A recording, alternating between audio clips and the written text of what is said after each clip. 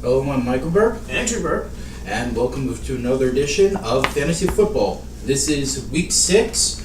We have teams that are still currently on losing streaks, and we have teams that are still very, very hot on winning streaks. Yep, the streak's to an end this week, and we got more of a middle ground going in this league as we're making our way to the halfway mark. Yeah, we have a lot more parity now within the divisions. Yeah. Let's start off with our game of the week this week. That would be Smash Mouth versus the Blitz. This was amazing. This was an amazing contest considering the Smash Mouths could have easily had well over 100 points in this game if they actually started the right offense and the right defense. However, the Smash Mouths, still one of the hottest teams in the league.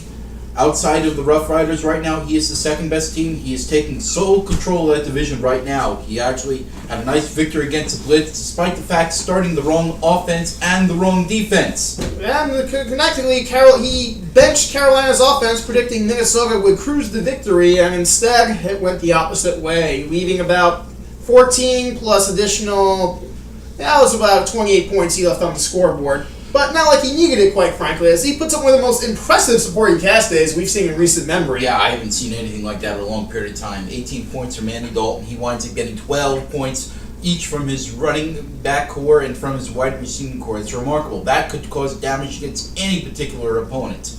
But once again, the Smash Mouths continue their hot hand. They lead the division. They picked up their 5th win of the year. So kudos to the Smash Mouths. I don't think there's anything the Blitz could have actually done to win this game. They did everything they could, considering this week, 21 for the Giants, 7 points only led by Seattle. These are great numbers. Unfortunately, not enough with their supporting cast to match the Smash Mouth. So this is a big divisional win for the Smash Mouth. Smash Mouth now have 2 wins over their chief competition, not to mention, so they have a really good stranglehold on the AFC going into the halfway mark of the season. The Blitz didn't get the New Orleans combo going again this week. Jimmy Graham actually didn't show up to play football, evidently, if you were a fantasy owner. No points from the wide receivers again. Rare week for him. It was. The Blitz again look like a middle tier team right now. They can score some points, but when a team gets hot, the Blitz just don't have the firepower right now to compete with 4 12s and an 18. Not many do. We might be talking about wild card at some point. We might be. But for Smash Mouth, this is their division to take at this point. That's right. Moving to our next game, well, unfortunately not every game can be as interesting as the Blitz and Smash Mouth. This actually was the blowout of the week. Okay, Boss Man, who continues also another hot start. 0-2 is now won 4 straight, sits solely in second place right now at a 4-2 mark. Boss Man certainly has done very well after the 0-2 start this year. Again, kudos for Cincinnati and San Francisco. Got decent numbers from there. Vernon Davis put in 12, but I think the real story of this week for the Boss Man was how electric Cam Newton was against Minnesota this week. 24 points. It was enough actually to annihilate the Hot Rods, who didn't have a prayer. Okay, nothing from their supporting cast, nothing from their offense and defense, who squarely just canceled each other out for measly 7 points. This was a dead week for the Hot Rods. Not a single person on their roster had a touchdown. This is just amazing of how little he has in firepower this year. When Christopher Ivory is your second running back option, and I think that's probably his best option when you look at Jason Sarks and Jason Snelling as the backups. He just doesn't have a lot of depth in their squad. Now he turns to a 1-5 mark, actually, which is the worst record in the league right now. It might be time to start selling while you still have a asset remaining. I'm sure Josh Gordon will fetch you something. This is all bullshit with the Jacksonville Jaguars. Vegas don't have... No, he could be a threat. I still... Any given Sunday, your team can fight, but he just doesn't have the assets this year to really compete with anyone this year. Like, the Boss Man can waste time starting Cordell Patterson for fun. But you gotta roll up on the bed, make his bag, and goes right through the vents, okay? Mm-hmm. Thanks. With the 54 points, and he had Cordell Patterson, who didn't even score. And actually, I think this is the first time he ever started Cordell Patterson, and he still managed 54 points. That's just a remarkable performance by the Boss Man. He had this one easily. So credit to the Boss Man. Goes to 4-2, sole possession of second place.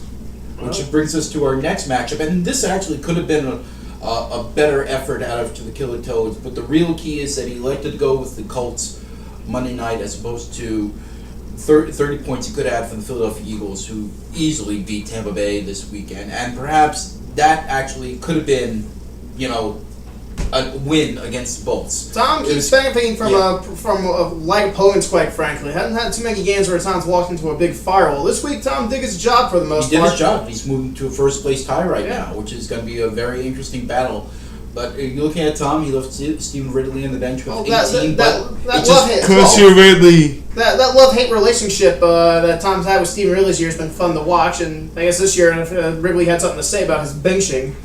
Interesting move by Rob actually putting Terrell Pryor, who actually had 6, but more so with Philadelphia. Because that actually was the difference in this matchup. The Rob could have actually won if he had maybe the combination of Philadelphia as well as starting Ben Tate, who had 6 points off the bench. Well, actually, would have made the score a lot more respectful. Yeah, Would have made the score a lot more respectful. Well, Terrell Pryor had more sacks than points this week, Yes, so he did. too bad we didn't give points for that. Ben Tate was left off the bench with a garbage time 6. I mean, there's not too much that you could have done outside of starting Stephen Ridley. That actually cost you big time. You could easily have won this game if you started Stephen Ridley. I mean, there's not too much differential between what Baltimore led up in Cincinnati. Okay, but the real difference is that Rob elected to go with Terrell Pryor as well as Philadelphia. Well, the big news for Tom is he gets another wild card. He gets another wild card opponent victory, and he moves into a tie for first place, which That's we'll get right. into later when we look at the So pigskins. he actually gets some momentum actually headed into this week. Yeah, and 2 straight also wins. fun little facts too. All 3 of my wins came because AFC opponents. Yeah, unfortunately, he only has one more of those left. I hope he knows Yes. how to beat other people in this league. moving on to a close game, but not exactly a eagerly happy to discuss game. Maximus versus Solamente. And Maximus, you know, we were saying before when they were going to get it to Schneid, when they were actually going to get the first win. Well, now all of a sudden they've built together a 2-game winning streak and propelled themselves only 1 game out of first place. There are a couple of interesting things that Maximus could have done differently to help his score against the Solamente by starting Buffalo's offense, and the fact that he only had 1 point from his kicker, 1, and he started Tony Gonzalez, who had a bye week. Yes, I like to advise Maximus to please look at the NFL schedule, because that's always the first step to picking your line, is to look and see who has a bye week. Especially when you have 2 other tight ends for some reason, but yeah, Tony Gonzalez was a automatic 0. Yeah. The Drunken Lush was a little too drunk to kick field goals this week with only 1. He missed 1. Yeah, the anchor for Maximus really was Pittsburgh's defense, though, which really did come through against the Jets. So Yeah, only I allowing think 6. that was one of the big difference makers. But the Solamente could have won this game. Unfortunately, the defense let him down with Houston 26. Even with the 2 defensive scores that occurred there at the game, he could have taken the 21 and he could have beaten Maximus. And it's unfortunate you lost Randall Cobb throughout the game, but he didn't have enough from his supporting cast. But the real difference in this game actually was the defense. If he elected actually to take the minus 21, not have a lot of faith in Houston that week, then we would have been talking a different story. Houston's defense is brought back the same problems Solomon had for the last couple of years, and not having a solid defense. And what we thought Houston at the beginning of the season might fix that issue, Houston has And it's gone amazing downhill. after Solamente, who had a 2-0 start, has now lost 4 consecutive games. Yeah. They're now 2-4, and it sits at the bottom. No, it's not looking good for the It's not looking Solomon very this year good at for all. them this year, but they still have an opportunity to turn things around. Special credit for Fred Jackson for being stuffed 3 times in the 1 yard line and preventing him from getting That's that right. winning That could have been touchdown. a big difference maker. You're right. You're absolutely right on that.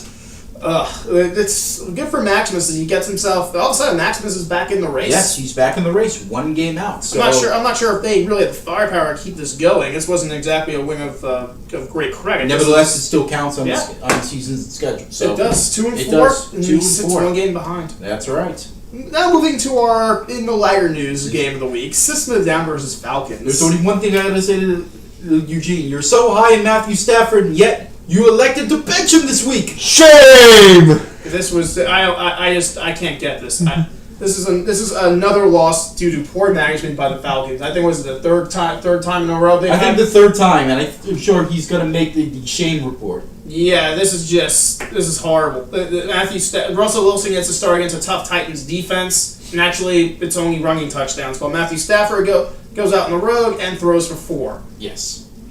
And until injury at this point, Cast again is the only person who scores for the Falcons is Was DeMarco DeMarco Murray, Murray who with will no one longer be rushing scoring TD. for. Who will no longer be scoring for him for the Yeah. foreseeable And despite the future. fact that he had a good ratio between his offense and defense, which was Dallas versus Denver, it's a great swing of 18 points. It was not enough to defeat the System of the Down, who made one of the best and key free agent acquisitions was actually signing Carolina's offense and using Defense.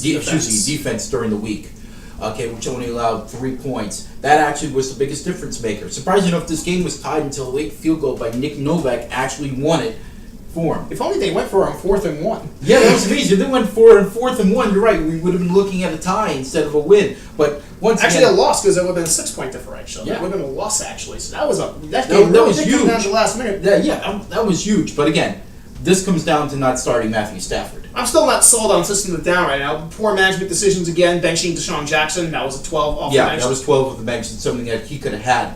But again, give credit to the system down. They end their losing streak. They pick up their second win of the season. Once again, the Falcons still trying to adjust with their lineups. Still shooting themselves in the foot after all these years. I know. It was just- I think it was how gunplay again. But he still has an opportunity at 2-4. He's not- Considering he's only one game out of second place. yeah, he's going to start going on watch shifts soon enough though, at this point. Yeah. And now we turn to ourselves to the sacrificial lamb game of the week. Rough Riders versus Pigskins. There's nothing I could do to beat this man. I don't know if there's anything anyone could do to beat this man. I don't know. For Starting shame Max- on you for starting Matt Schwab Yeah, starting once Matt Schwab again. is definitely not the answer to beating Surprising the Rough enough, Riders. out of all the three quarterbacks that I had, I could only have scored 6 points. But Surprising. Look, to be honest, this was a human week for Ben when you look at it. Only 12 from Peyton Manning, Yeah, only 12. He had still 64 points. under 40 for Denver's offense. And he Like, had nothing from Adrian Peterson. He got he got actually 18 points from his supporting cast outside of Manning. So he still winds up with great numbers. And it doesn't matter if Peterson scores because he gets 6 or 12 out of it from his kicker. Look, His kicker.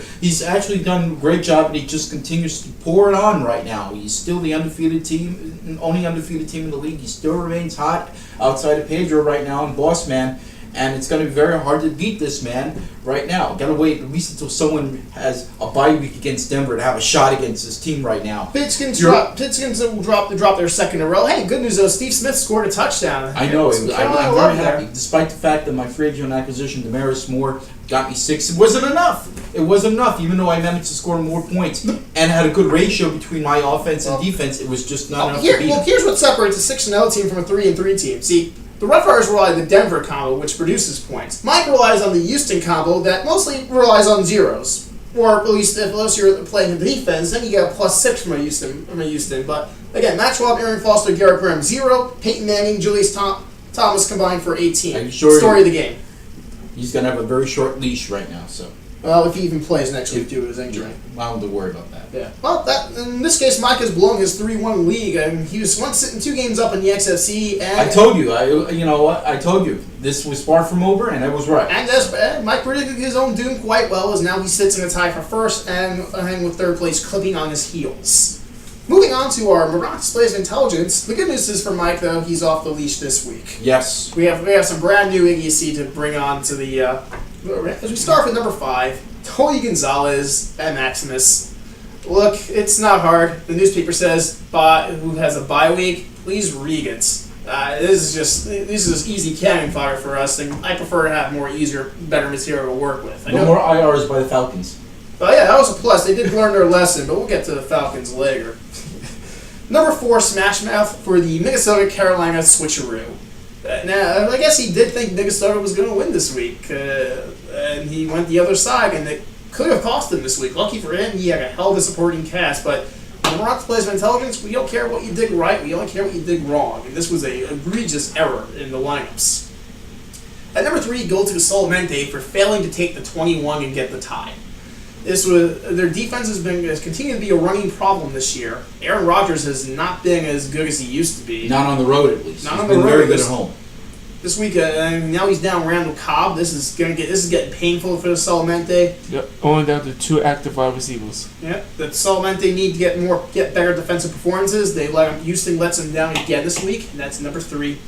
Number 2 to the Killer Toads for the Indianapolis Colts.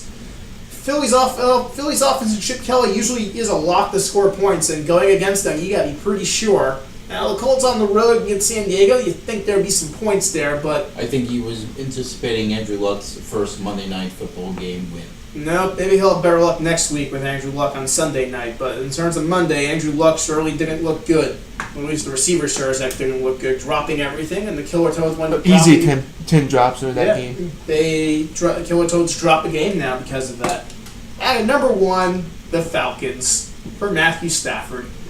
Yeah, the crown jewel in your team needs to be playing every week, unless you're going against the worst thing possible. Calvin Johnson's playing. Matthew Stafford needs to be playing. It's that simple. And the bench Matthew Stafford and start Calvin Johnson. It doesn't make that much sense. It doesn't make. You weren't Well, betting on much, and evidently. the biggest bafflement is that for the past 2 weeks, we basically begging for Mike to get Detroit's offense, and yet you don't play Matthew Stafford. That's just an extra Shame. No, it's just, well, I don't know about that, but in terms of this week, Eugene is beware of the moronic displays of intelligence. Keep on trucking. Turning our way to our Week 7 matchups. This is the halfway mark of the season, people. Get ready for a mid-season report where I don't really know what else to say. I think the best matchup this week is going to be the two hottest teams in this league, yes. which is Smash Mouth versus the Rough Riders. 5-1 meets The 6-0. two best teams in this league right now will actually collide with each other. Is this a preview of a Super Bowl is a question here. Well, This is it's too early to say that, Yeah. but let's just say that this is going to be a fantastic matchup. I like to see what happens between I'm the two excited. this week. I'm excited. I'm predicting Ben's gonna get his first loss. Oh, Tom's going upset Oh, watch here. really? Yes. I'm sure Ben would love to hear that. Ooh, this could be on our Yeah, though he tries to cuss me out. Yes, he will. Yes, he will. Ben's thinking I'm just going to win this game and Tom's going to wind up in the moronic place of intelligence for his predictions. Next, we have the Pigskin versus the Blitz. Brother versus brother. Who's going to fall harder right now? As Yeah, both who- of us are riding 2-game losing I streaks. know. Who's going to break the losing streak? Who is actually going to get above 500? I can't wait for a Monday night trash talk between you starting Minnesota's offense and me potentially starting the Giants' offense. Yeah, I Monday Night don't Football think I'm will going be to go fun. in that direction, so. I don't know what direction you're going to go. It wouldn't be fun if we really made Monday Night Football that special. A To Bird be Bowl. continued. Next, we have Maximus versus Bolt. A big game here for Maximus. Big game actually for both, because this is actually Tom's first divisional game, if I'm not mistaken. It is his Yes, first, it is. but I look at this as a big game, a bigger game for Maximus if he can get the win and get himself to 3-4 and get a tiebreaker over Tom. If he loses this game, Maximus may not recover at 2-5. Right, with it the gives two-game you. lead. I already have the tiebreaker against him. Yeah, I think this game has a lot more at stake for Maximus in terms of trying to get his season back on track, and this is the game that can do it. Next up, we have Killer Toads versus Solamente. Which team's going to bounce back from their losing streaks? Another two teams on slides, and this has not been a very happy season for the Solamente. 4 in a row now gone. Rob has dropped 2 in a row. I'm not. Someone's going to get a win. Yeah, someone's going Someone's to going to get get a win. That's all I can say. Yeah. Next up, we have our toilet game of the week: Hot Rods versus Falcons. Who deserves to win that one? I don't know, but I think. I think we might as well give both of them a deserves to loss win that and one? put like The the next highest Maybe loser. this time Eugene will start Stafford. Yeah, maybe the loser will get banished to the Canadian Football League. You got Guys, it. this is just getting pretty ugly. It's between getting these two ugly for teams. those two. Real ugly. Falcons, this is as good as a gift as you're going to get in this league to get yourself to 3-4 and salvage the first half of the season. Because you lose this game at 2-5, You're done. you're not coming back No. from it. The Hot Rods are already facing almost mathematical elimination at some point. Yeah. And our blowout choice of the week will go to System of the Down versus Boss Man. Boss Man, of course, flying on the radar, still one of the underrated teams in this league. Does have an opportunity maybe to pick up a game on Ben if Ben loses and he wins. So it could still be a tight divisional race if the Boss Men actually win this game. Yeah. Then this is going to be 5 in a row for the Boss Man, more importantly, which is excellent considering the 0-2 start. And he's starting to find his groove managerial-wise now. He is. He's actually done well. Starting. Feeling slightly better about my Super Bowl pick from earlier this year. Yeah, no, you're very high riding on Boss Man this year. So Well, Lord, credit to Boss Man after starting the year 0-2. They certainly picked things up very nicely. So it's just another down, kind of a judgment game for them against a divisional opponent here. It's kind of a game they need to have to get back in it. Again, 2-5. Agreed. 2-5 is not a And record particularly you want to within that face. division. That's something that you don't want. Yeah. All right, well, that about does it for Week 6. We look forward to seeing you for Week 7 for our mid-season reports. And until then, I'm Andrew Berg. I'm Michael Burke. Good luck this week.